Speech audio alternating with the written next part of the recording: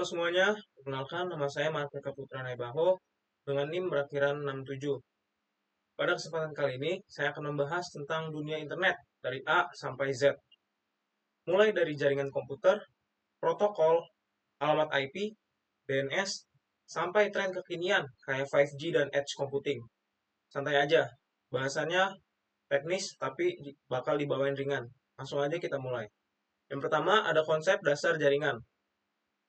Internet itu sebenarnya adalah gabungan dari jaringan komputer-komputer dan perangkat lain yang saling terhubung untuk berbagi data. Nah, biar mereka bisa ngobrol dengan bahasa yang sama, dibutuhkan protokol komunikasi. Contohnya TCP atau Transmission Control Protocol dan IP, yaitu Internet Protocol. TCP itu tugasnya ngatur supaya data dikirim utuh, kayak kurir ngirim paket satu-satu dengan nomor yang urut. Sementara IP, tugasnya IP itu untuk ngatur alamat tujuannya, semacam alamat rumah si penerima atau si pemesan. Lalu, ada juga model OSI atau Open Systems Interconnection. OSI ini model berlapis yang terdapat 7 layer yang menjelaskan proses komunikasi data dari kabel fisik, yaitu layer 1 atau physical, sampai ke aplikasi seperti web browser. Nah, web browser ini terdapat di layer 7, yaitu application. Ini ibarat jalur pengiriman dari gudang sampai ke rumahmu. Yang kedua, DNS dan IP address. Setiap perangkat di jaringan internet punya alamat yang disebut IP address atau Internet Protocol Address. Contohnya, 192.168.0.1. IP address itu dibagi menjadi dua versi. Versi pertama ada IP versi 4. IP versi 4 ini pakai format 32 bit.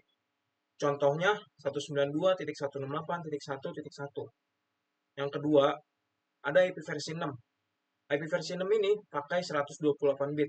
Nah, di perbedaan IP versi 4 dan IP versi 6 ini terdapat di urutan atau di susunan bitnya atau susunan angkanya.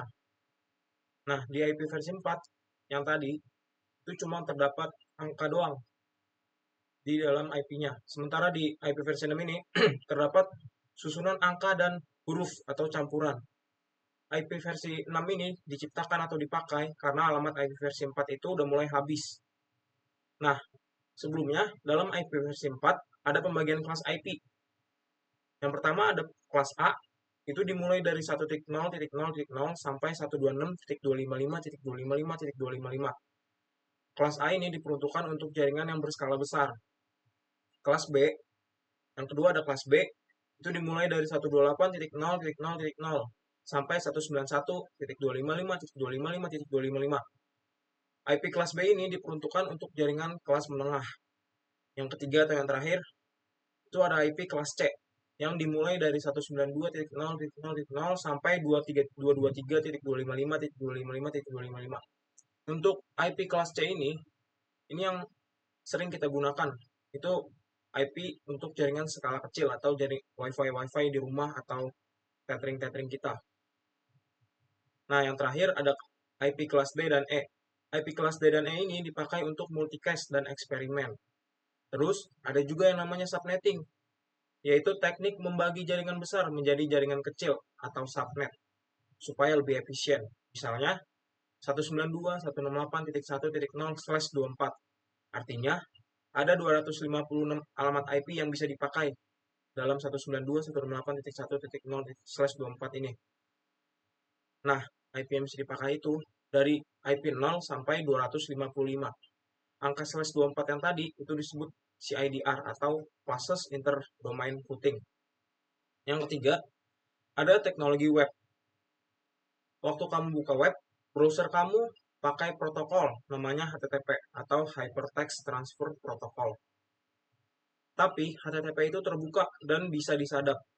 Makanya ada versi amannya yaitu HTTPS atau HTTP Secure yang pakai SSL atau TLS buat enkripsinya. Terus, semua tampilan web dibentuk pakai HTML atau Hypertext Markup Language. Ini kayak bahasa markup yang bentuknya tag-tag seperti tag H1, tag P, tag image, dan lain-lain. Yang keempat, ada keamanan, firewall dan VPN.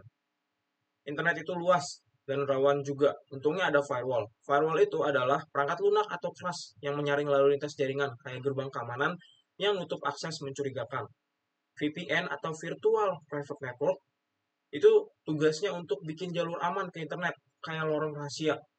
Berguna banget kalau kamu pakai WiFi publik. Yang kelima ada cloud computing dan virtualisasi. Cloud computing itu layanan penyimpanan dan komputasi berbasis internet. Jadi, data bisa disimpan di server luar, kayak Google Drive, Dropbox, AWS, dan semacamnya. Dan ada virtualisasi. Virtualisasi ini adalah teknik membuat satu komputer fisik jadi beberapa mesin virtual. Berguna banget buat efisiensi server di perusahaan. Contohnya itu kayak ada VMware, VirtualBox, dan semacamnya. Nah, yang keenam ada Internet of Things atau IoT. IoT atau Internet of Things adalah perangkat fisik kayak lampu, kulkas, atau CCTV yang bisa terhubung ke internet dan dikendalikan dari jauh. Ini bikin rumah kita menjadi makin pintar, bahkan pabrik pun makin otomatis. Yang ketujuh ada tren terkini dan 5G. Tren terkini 5G dan Edge Computing. 5G atau 5TH Generation Network, jaringan generasi kelima yang super cepat, cocok buat streaming 4K, game online sampai kendaraan otonom. Terus ada juga Edge Computing, yaitu pemrosesan data yang dilakukan di tepi jaringan atau dekat pengguna, bukan di pusat data jauh. Ini bikin respon jadi super cepat. Ke-8 ada aplikasi teknologi internet, yaitu e-commerce dan e-learning. Proses belajar secara daring, kita bisa akses materi lewat Moodle, Ruang Guru, Zoom, atau semacamnya. Yang ke-9, sebelumnya ada e-commerce atau electronic commerce atau electronic commercial. E-commerce ini adalah kegiatan jual beli lewat internet, contoh Shopee, Tokopedia, Lazada, dan lain-lain, atau TikTok Shop. Yang ke-9 ada tips, yang 9 dan terakhir ada tips keamanan data sehari-hari. Supaya aman saat online, saya punya tips untuk kalian nih. Yang pertama, pakai password yang kuat. Password yang kuat ini dapat berupa campuran huruf, angka, dan simbol. Jadi buat kalian yang masih suka pakai password tanggal lahir atau tanggal kejadian kalian harus mulai ubah tuh.